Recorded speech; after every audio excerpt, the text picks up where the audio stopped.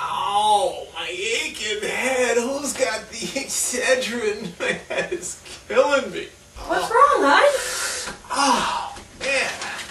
I just ate that Chinese food or something, and boy, is my head killing me. Well, Mike and Sandy Quast here today with therealparents.com with some great parenting tricks and tips. What's up today? What's the topic of the day, Mike? Well, the topic of the day specifically is MSG Monosodium Glutamate. Your favorite. And truth in labeling. Quick story. I don't know if you've ever heard of MSG or if you've ever been affected by MSG, but something happens to me when I have MSG, and it's like an allergic reaction or something. It gives me a splitting, incredibly splitting headache. Well, what is MSG? What do you mean when you have it? Well, MSG is monosodium glutamate. It's an additive that is put into different foods. Oh, the flavor enhancer. It's a flavor enhancer. Salty, exactly. Saltiness, right? Real salty, but what it does is it also, and I think you may touch on this, but it also affects the chemicals in your body, and it actually triggers things that make you crave different types of food, these different chemicals in your brain.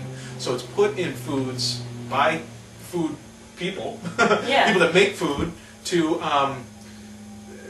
make it taste better and also addict you to it. Yeah, here's some information actually on the website truthinlabeling.org. They actually say that MSG has evidence of detrimental risks to your health. It says evidence that MSG causes retinal degeneration, kills brain cells, leading to behavioral disorders, learning disabilities, reproductive disorders, obesity, and more, ...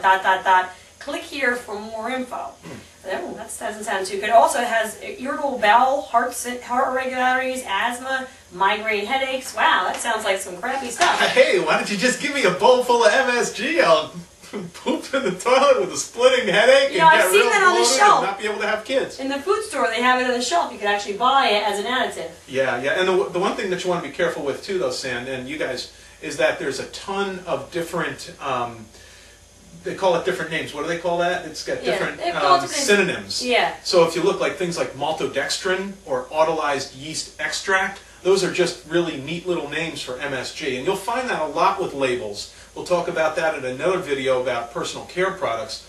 They call things different things to either throw you a curveball or what have you, but... Yeah, actually there was just, I believe there was something that Obama was going to be putting into effect that was going to put a halt to that.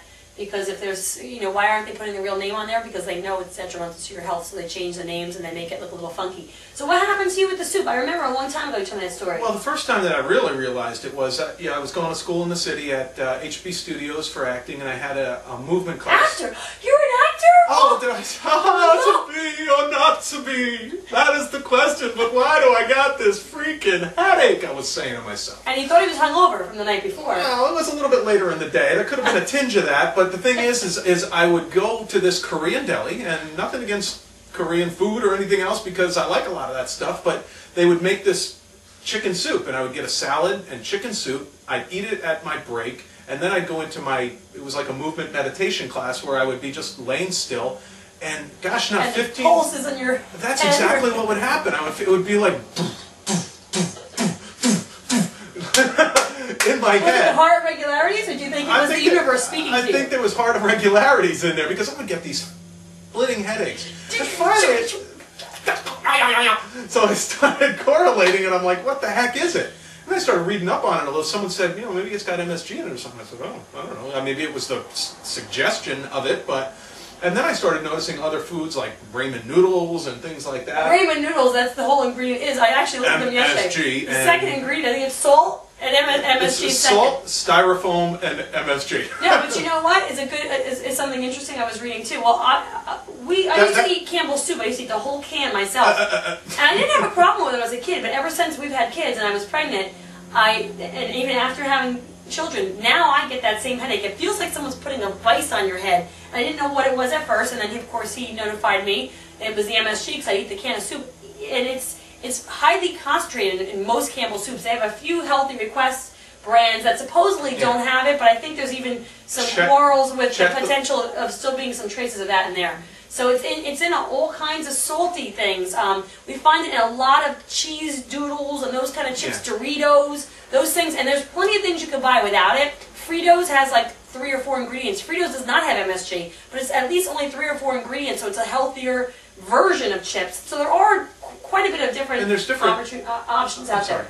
But there's different levels of it too. So I mean, something that may or may not have it in it may not affect you quite as drastically. But it's not only the headaches. There's other physical ailments that can be cumulative as well. So one thing when you're looking at labels and everything else, if something raises a red flag, just Google synonyms for X, synonyms for MSG, or synonyms for any other what is considered a harmful ingredient, and you'll find a list of other things that it's called. So the one little tip that I've found is that whenever we go out on date night, I make sure that she has nothing with MSG in it. Otherwise, it's like, I got this headache. At a restaurant, you really won't know. Except if you go to mainstream restaurants, you can pretty much be sure that their soup will have it in it. You can get a great chicken base, and they also have a beef base if you're making like a French onion soup or such at wholesale clubs. So they actually have a larger version. We have it in the kitchen. Yeah. Look on the back of them. It's actually like in a white plastic container. Some of them they have without MSG. Yeah, that may have some autolyzed yeast extract in it, but it doesn't seem to affect me. So this is just personal experience. But there are also some smaller ones too, organically made, that you may want to consider that too. There's little glass jars they have on the shelf. Now you also find that if you're making